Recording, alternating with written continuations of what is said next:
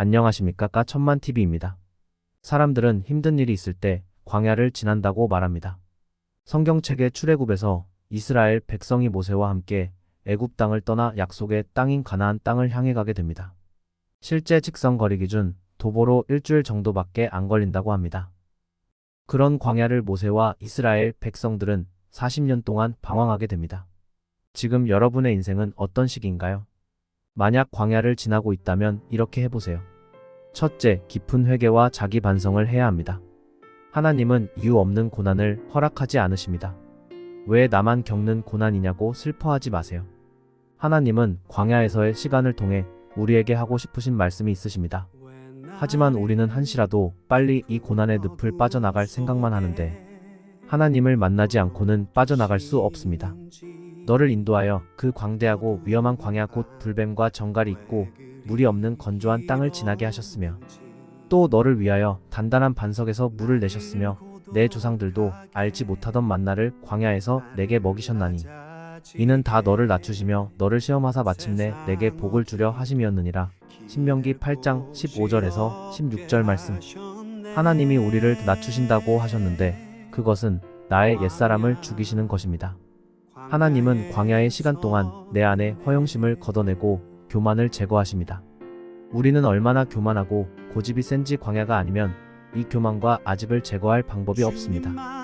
광야를 통과하지 않은 사람은 누가 한마디만 해도 발끈하고 완악하게 굽니다.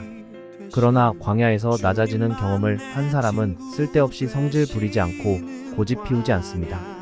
성경에서 하나님께 쓰임받은 사람 중 광야를 통과하지 않은 사람은 없었습니다.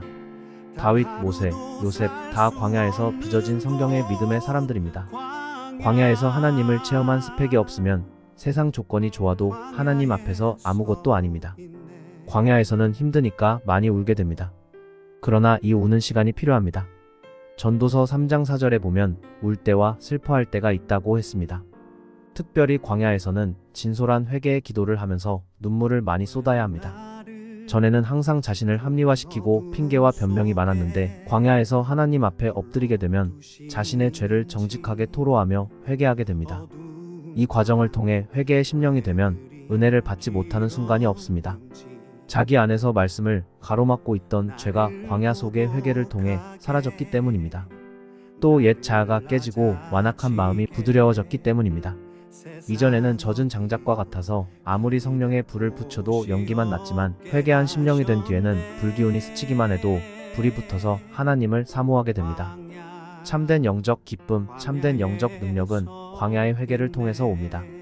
둘째, 광야에 있는 동안 새로운 비전과 소망을 품으세요. 광야에서 조심해야 할 것은 절망감에 사로잡히는 것입니다.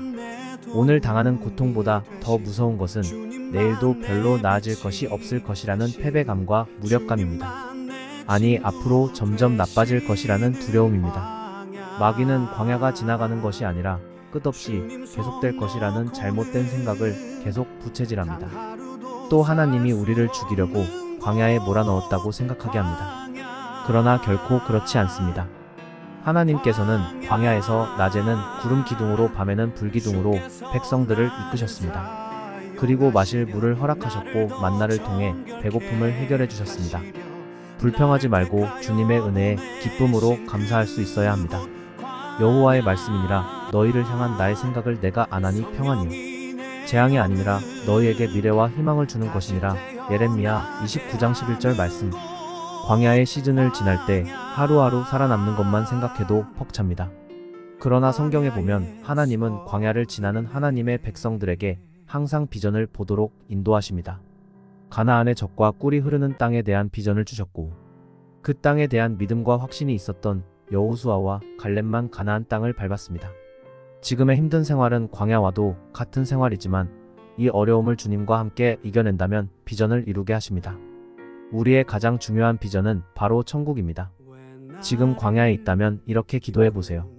주님, 광야의 시간을 통해 우둔한 저를 깨우쳐 주시고 상한 심령으로 주님 앞에 나아가 저의 죄악과 교만을 제거하여 주옵소서. 절망감에서 벗어나 새로운 심령으로 다시금 주님의 꿈을 꾸며 말씀대로 살게 하소서. 하나님은 당신을 사랑하시고 당신을 향한 놀라운 계획을 가지고 있습니다. 내용이 도움되셨다면 구독과 좋아요 부탁드립니다. 여러분의 성원은 큰 힘이 됩니다. 천국에서 만나요 천만TV였습니다. 감사합니다.